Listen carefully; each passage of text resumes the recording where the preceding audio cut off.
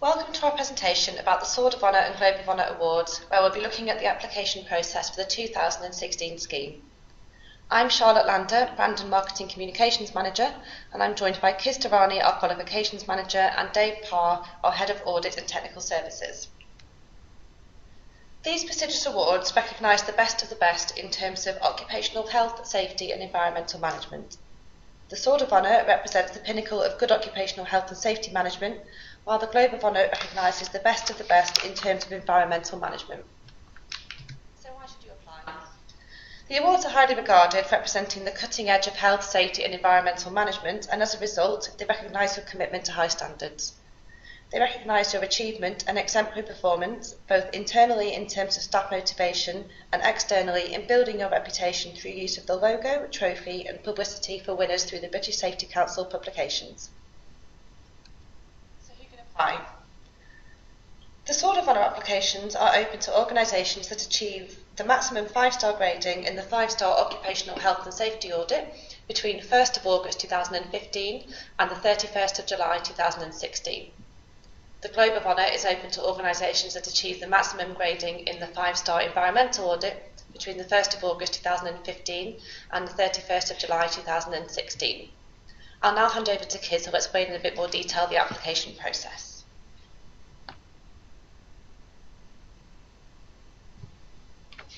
Thanks very much, Charlotte. So as you've mentioned, in order to apply for either the Sword of Honour or Globe of Honour, it remains a requirement to have achieved 5 stars in the respective audit.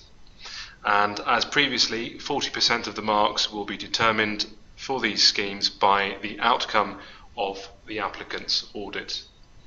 The remaining 60% will be determined by the marks achieved by applicants through their written component, the written application. The approach that we've adopted here allows for a closer link in terms of the award with the audit process. The written application consists of a 4-part question with each part worth up to 15 marks. Organisations applying to these awards previously will note that the link with the audit allows for less writing in the written component, down from 6,000 words to the 3,000 words that we currently require. Okay, so as with last year's schemes, Part B, in other words the written component, will consist of a targeted or thematic style review, which will focus in on specific areas of health and safety or environmental management at the site, and involve references to the relevant audit report content. As I've mentioned, the written component will consist of 4 questions or sub-questions amounting to 750 words each in terms of the response. In other words, 3,000 words in total for the written application. A maximum of 15 marks are available per question or per sub-question, giving you 60 marks in total for the written component. The rules require that a minimum of 2 responses must be scored within the top mark band to remain eligible, and no responses may be scored within the lower mark band. Okay, I'm just going to hand back to Dave now, and Dave's going to talk through in terms of what the questions consist of, and give you a bit more in terms of the rationale for each question.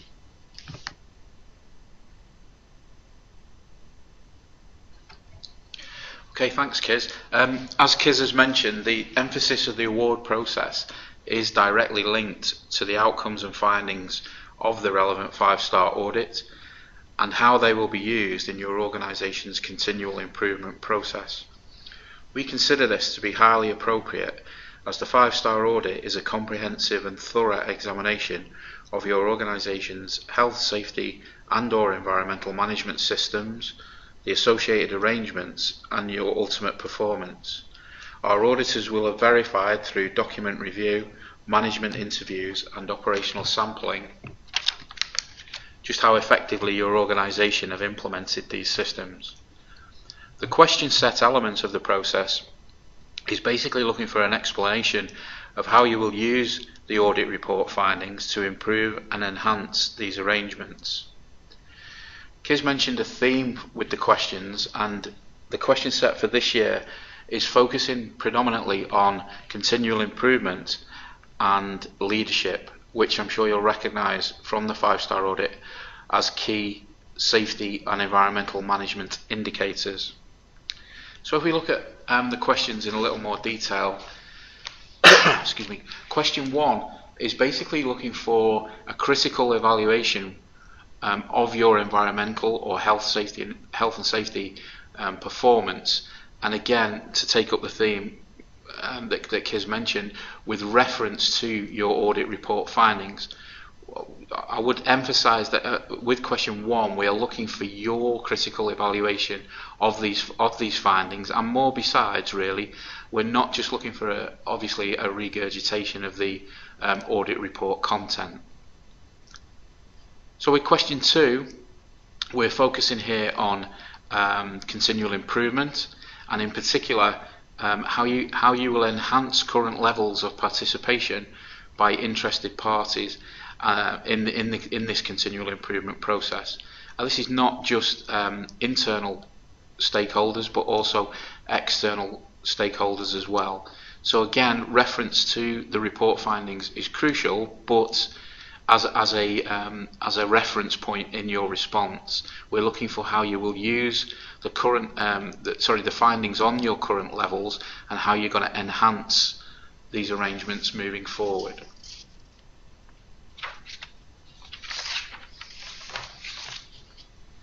Question 3 is basically focusing, specifically focusing on top management and how how they will continue to demonstrate leadership and commitment towards health, safety and environmental performance, and how, again, using the reference to the report, how you will enhance and build on these current levels of top management involvement.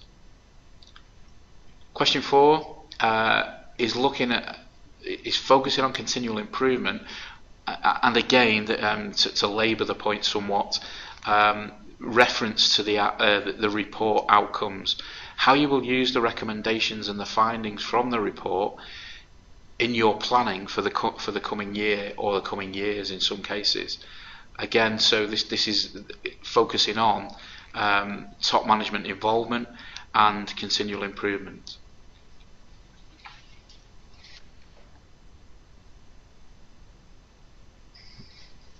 Thanks, Dave. Just going to come back now to some more in terms of the practicalities of completing and submitting your application to these awards. A reminder to all of those who are considering applying to ensure that they download and consider quite carefully the Chief Adjudicator's report from the scheme last year, the relevant scheme from last year. The Chief Adjudicator's reports include lots of useful hints and tips, as it were, on how you may go about crafting an effective and high scoring application, and indeed includes commentary on how applications may score less well, so you can learn from those mistakes. A somewhat obvious reminder to applicants, but it's worth repeating: make sure that you spend time carefully reading and analysing each question. Do refer to the marking scheme when you are preparing your responses. The marking schemes are provided as part of the application process and will give you a valuable steer in terms of what the adjudicators are expecting in terms of your response and what will score highly. I think, as Dave mentioned, it's important to remind yourself when you are preparing your responses that the responses should reference the audit report content to score highly. All applications must be submitted in English, and again, to repeat, each sub-question response should be no more than around 750 words. The responses to the written component should consist of plain text only. Images, graphics, tables and so on are not permitted as part of the award process, and indeed the written component should not be supported with any documentation or other forms of evidence.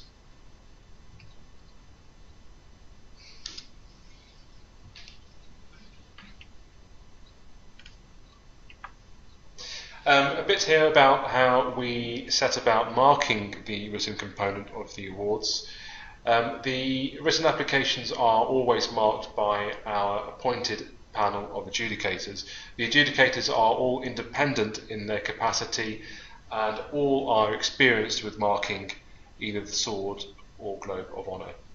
All of the adjudicators currently act as senior level practitioners of occupational health and safety or environmental management, and the adjudicators will once again be carefully trained, standardised and monitored throughout their marking to ensure that the marking is consistent and fair for each award series. Okay, so I'm just going to hand back to Charlotte now, and Charlotte's going to talk through some of the key dates for this year's schemes. Over to you, Charlotte. Thanks, Kiz. So the Sword and Grid application forms are available from Monday the 13th of June, and we'll be emailing those out to any eligible organisations. The deadline for you to get your applications to us will be Friday the 2nd of September, and results will be issued on the 7th of October. We'll be emailing them to organisations. We'll also be posting them on our website after that. The deadline to submit any results inquiries, if you have them, will be Wednesday the 19th of October. Winners will be invited to book tickets to the celebratory luncheon, which takes place at Drapers Hall in London on Friday the 25th of November. So for more information, you can visit our website, www.britsafe.org/awards, and here you'll find all of the relevant details and support documents that you need to apply for the Sword or Globe of Honour. So these documents will include some guidance on the submission process, general guidance for your application, FAQ documents, the application questions and the marking scheme, the 2015 Chief Adjudicators Report, the 2015 winners list, and also details about the luncheon, including how to book your place and any sponsorship opportunities that are available. Okay, so thank you very much for taking the time to listen to this presentation. We hope that you found it useful. Don't forget that you can follow us on social media using the links on screen now. Thanks again for joining us, and good luck with your application.